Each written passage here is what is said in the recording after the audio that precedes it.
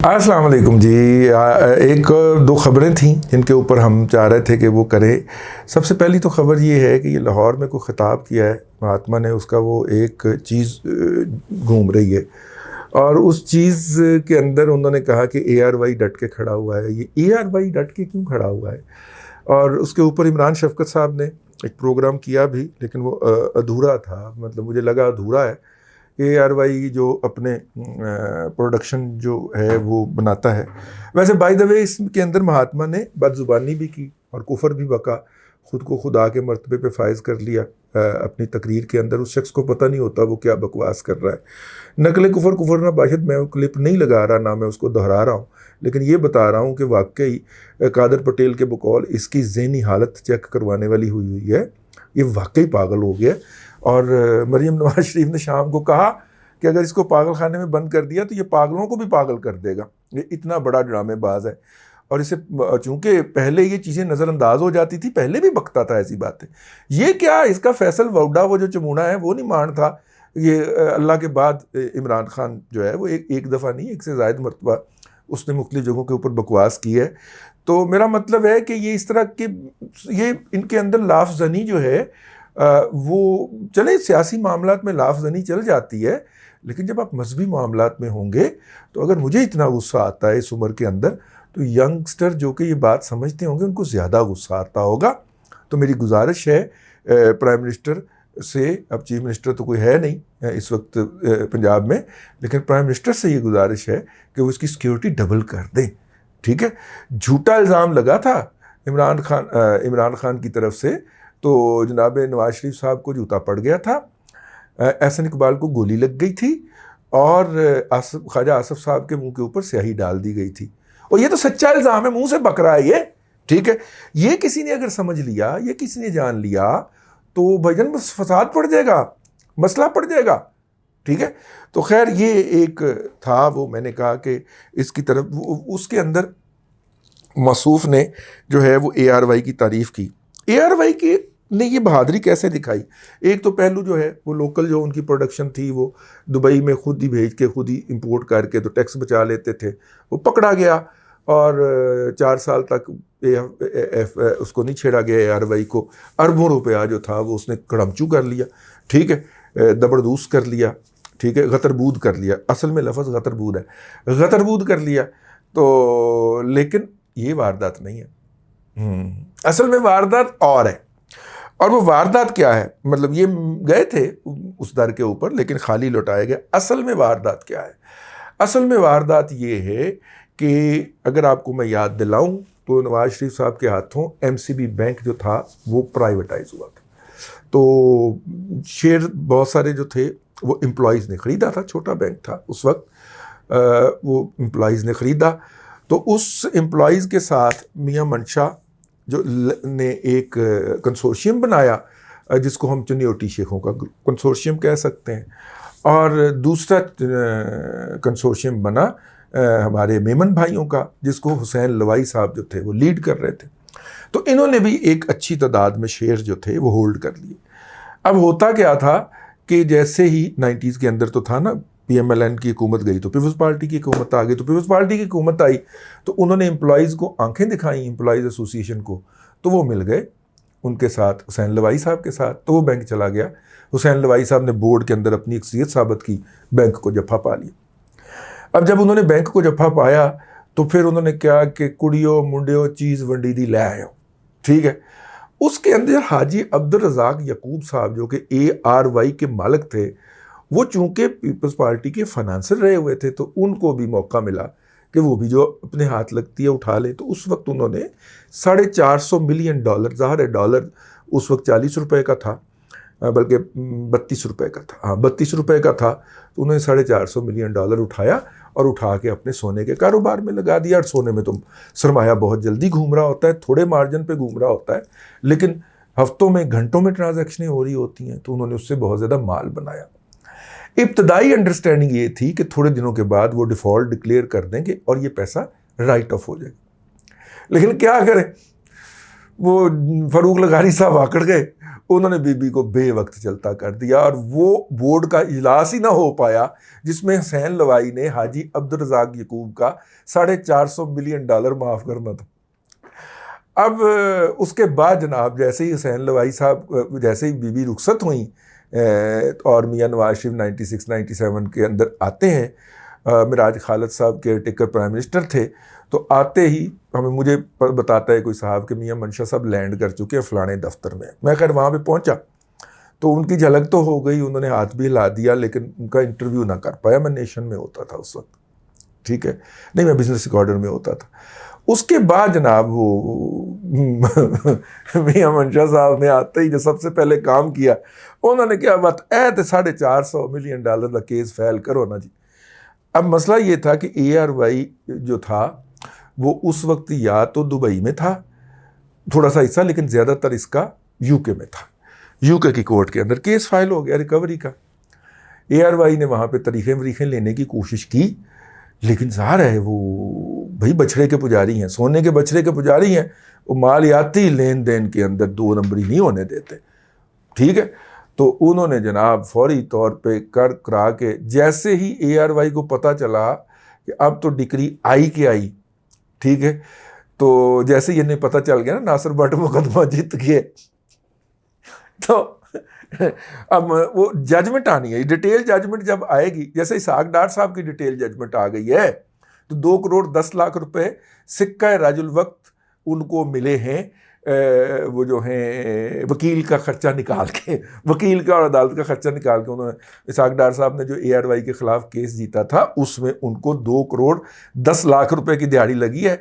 डार साहब ने फ़ौरन मियाँ साहब के सामने नंबर टंगे हैं और वो शरीफ ट्रस्ट को दे दिया। शरीफ ट्रस्ट आउट ऑफ फैमिली नहीं लेता डोनेशन, लेकिन ज़ाहिर इसाक साहब जो डार साहब जो हैं वो तो फैमिली मेम्बर हैं ना, तो इसलिए मेरा ख्याल है कि उनकी वो डोनेशन जो है वो कबूल हो गई होगी।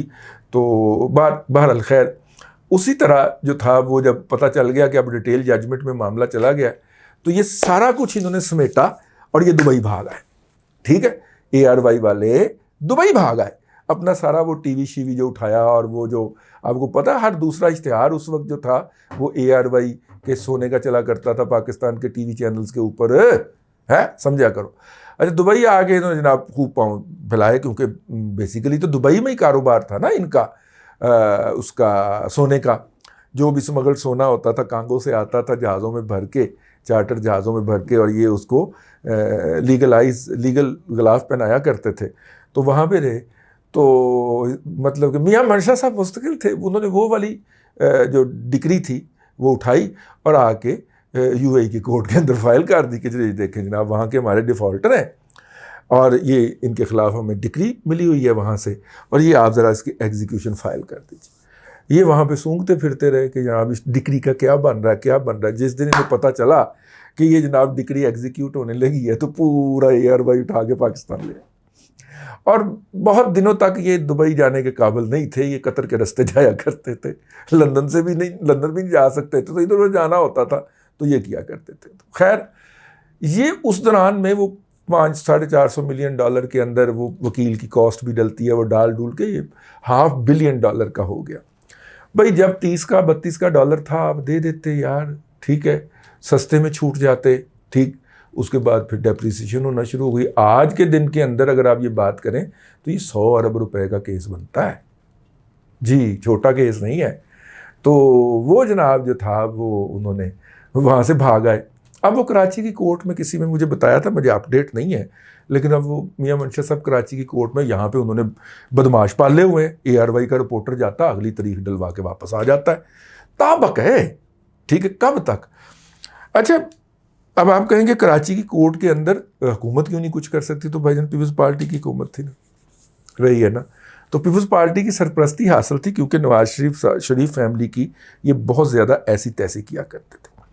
मियाँ नवाज शरीफ साहब जब वकील बने, मियाँ नवाज शरीफ साहब जब वज़ीर आज़म बने, तो ये जो इनके साहब हैं इन्होंने जाके उनसे मुलाकात डाली और उन्हें कहा कि ये देखिए आपके दोस्त हैं जनाब हज़रत किबला, ये जो हैं मियाँ मंशा साहब, तो आप इनसे कह के ना ये हमारा राइट ऑफ करवा दीजिए।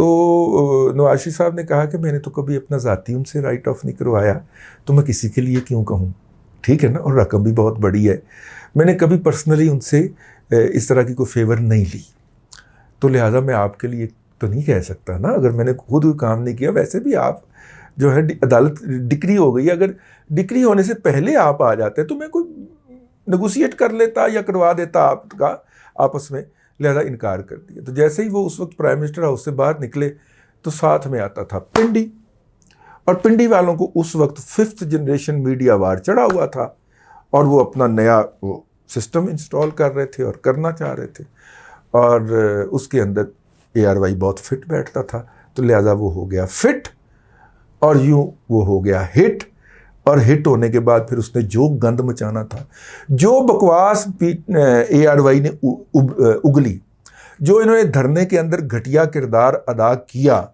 वो सारा कुछ तारीख का हिस्सा है, मुझे कुछ बताने की वो नहीं है। मियां मंशा को भी प्रेशराइज़ किया गया, उनके ख़ानदान के ऊपर इल्ज़ामात लगे, उनकी साहबजादियों और बहुओं तक के ऊपर ARY ने कीचड़ उछाला। मुझे नहीं पता किसी ने आर्म ट्विस्टिंग करके तो ये केस करवा दिया हो, लेकिन इनकी जो मोहब्बत थी ARY की पिंडी वालों के लिए, ये इस वजह से थी कि ये पैसे हमने नहीं देने, और ये ना करते करते ना वो जो 17-18 अरब रुपया था उसको अब 100 अरब रुपया बनवा चुके हैं, अगर वो केस पेंडिंग है। और मेरी इतला के मुताबिक, मेरी जो ज़ाती इतला है उसके मुताबिक अभी भी वो पेंडिंग है, एग्जीक्यूशन के लिए वो डिक्री पेंडिंग है, ठीक है, और वो इनको पैसे देना पड़ेंगे। आप सुन सकते हैं कि किसी दिन ये ऐलान हो कि ARY group is owned by Mian Mansha now onward, ठीक, ये आप सुन सकते हैं किसी वक्त, क्योंकि रकम इतनी बड़ी है कि इनके सारे एसेट्स भी इकट्ठे कर लिए जाए तो वो उसके ऊपर पूरी नहीं उतरती। तो ये मैंने कहा इमरान शफकत साहब तक पहुंचते पहुंचते जुमे को उनसे मुलाकात होनी है, जब हमने बैठक में बैठना है, तो उस वक्त तक मैं ये इन्फॉर्मेशन पेट में ले के बैठा नहीं रह सकता था। तो मैंने कहा मैं ये उनके विलाग के साथ ये विलाग आप लगा के सुनेंगे तो मज़ा दो अच्छा हो जाएगा, हैं, मज़ा दो अच्छा हो जाएगा, क्योंकि असल में वारदात यहाँ से पड़ी हुई है। और फिर जब 5th जनरेशन मीडिया वार में हो गए तो उनके लिए तमाम कवानीन हटा दिए गए, वो जिसके खिलाफ चाहें मर्जी बहू करे, जिसके खिलाफ मर्जी चाहें वो उछालें, ठीक है। मतलब मेरी क्या औकात है यार, एक लाहौर का एक छोटा सा जर्नलिस्ट हूँ, मेरे खिलाफ उन्होंने घंटों के प्रोग्राम कर दिए जब महात्मा ने हमें उठवाया, ठीक है ना, और हम समझते रहे कि ये पिंडी वालों की मर्ज़ी से कर रहे हैं, लेकिन ये किसी और की मर्ज़ी से ये बकवासियात फरमा रहे थे।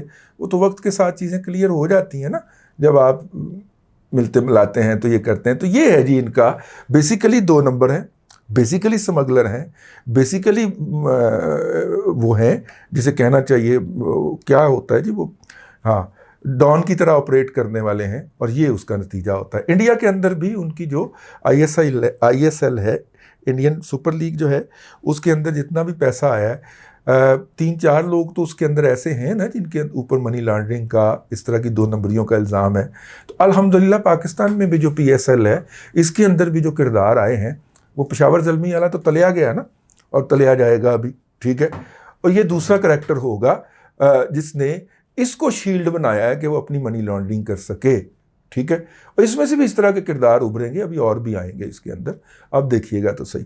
तो खैर ये एक अपडेट था, तारीख की अमानत है, क्योंकि मैंने इस केस को मतलब कि 99 में मैं नेशन में था, ठीक है।